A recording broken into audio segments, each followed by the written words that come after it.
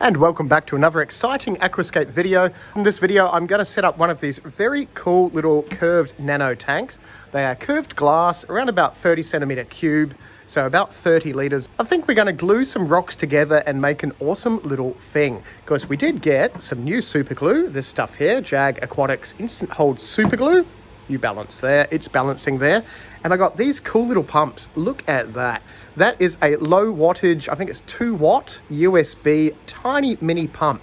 So I reckon we can do some very cool rock structures because we got all these Aquascape rocks in. Look how cool these rocks are. Super, super tiny little rocks, whole lot of different types, perfect for gluing together. We're gonna have fun with this one.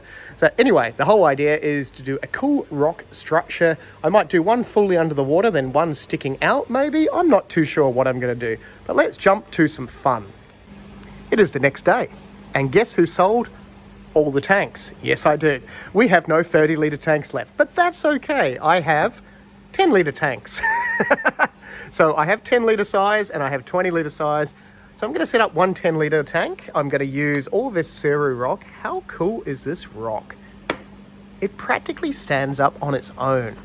So I can glue other rocks together and make these cool shafty things. Can I say shaft? I'm going to make shafts in a tank. I reckon I'm going to set this tank up for some cool little blue shrimp that we have at the moment. They are awesome little Neocaridina. Check them out.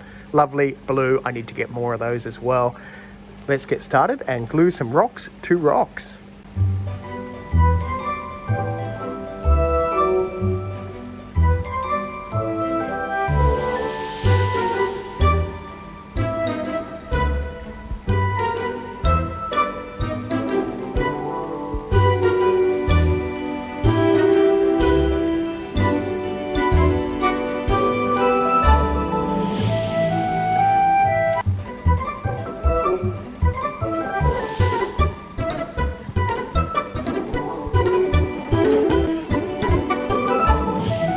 And now that we have that all sorted, we have lots of rocks glued together. And this is the fun bit. You don't really have to have a huge idea of what you're doing when you're doing it.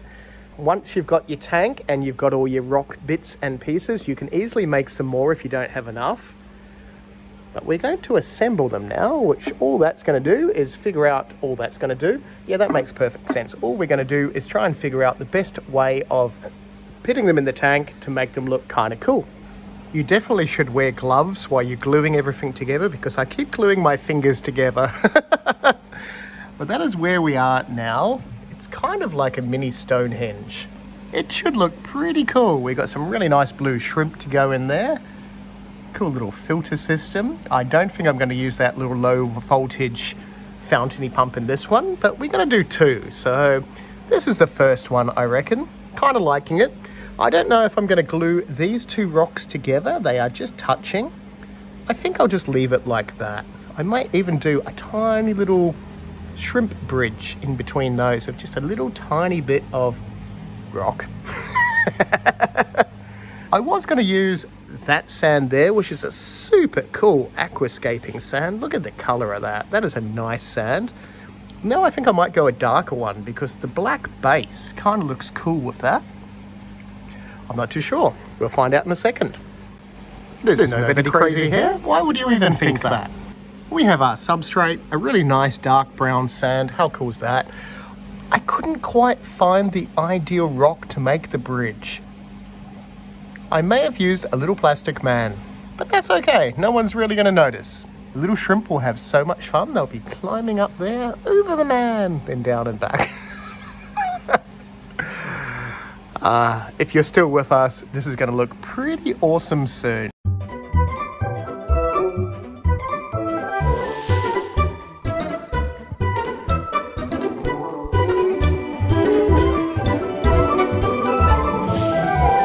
And it is a few hours later. Actually, it's the next morning. And look, we have 2.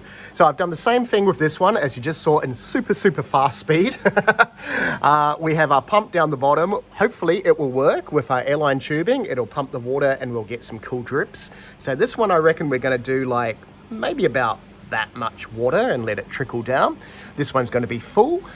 What we need now is some lights and some water. So I'm using established water in these tanks, so that's why we're getting away with putting the plants in before we've actually got water in the tanks. But that is our Fontinalis moss attached to our red rock. This tank here, I'm going to actually glue some Anubias, which is like a little tiny, very hard to kill plant using this glue. So this is the Flourish super glue. It's like a tacky super glue. And all we're going to do with that is we're going to just attach it to the root nodule of the Anubias. And then we're just going to attach that to the rock itself. Super, super easy to do. As long as you don't get glue everywhere, it's fine. But that is pretty much the finished product once we've attached the plants to the rocks. Very easy to do. As I said, use less glue than you think you need to use. You can glue wet plants on wet rocks as well with that glue, so it's a pretty awesome product. But that is our plants. Now we're going to fill them with water. And it is a few days later and we have water in there. Everything is settled, everything is happy. I did use established water, so if you're going to do this from scratch, you want to spend about a week balancing your water before you put any plants or anything live in there. So because we've used established water out of bigger tanks and the same filter media, you can technically get away with it straight away. Just have to make sure you check your parameters, so pH, ammonia, all that, over the next week or two, because it does take about 6 weeks to cycle your tank. If you want to know more about that, just comment in the comments or talk to me on social media. But these are the finished tanks. I kind of like them. So we've given them lots of room to grow in. We have Endlers live bearers in the right hand side. Aren't they cute? These are like a tiny little live bearing fish. They do require it heated, so you want between 20 and 26 degrees Fahrenheit, Celsius, not Fahrenheit, Celsius. I'll put the Fahrenheit on the screen for you. So they are a tropical fish. They don't like it too cold. And then in the left-hand side tank, we have our lovely blue Neocaridina shrimp. So I've only got 5 shrimp in here. They will reproduce, so we don't want them to get out of hand. We have our Anubias, as you saw before, attached, and we have a few really nice floating plants, which is your Amazon frogbit. What is concerning is my drip. Look at my drip. We're just going to leave it like that because it's kind of funny, kind of a bit, you know, drip-like. But anyway, it is what it is. We did put a few rocks behind the main structure to make it a little bit more natural looking, even though it's a rock, but you know what I mean. There's a few little bits of subwassatang down the bottom, which is like a freshwater seaweed, and then we have our Fontinalis moss, which you saw before, attached to the rock. So very, very simple setups. That one there is 10 litres, that one there is 20 litres, but not filled to the top. It's probably about 15 litres or so.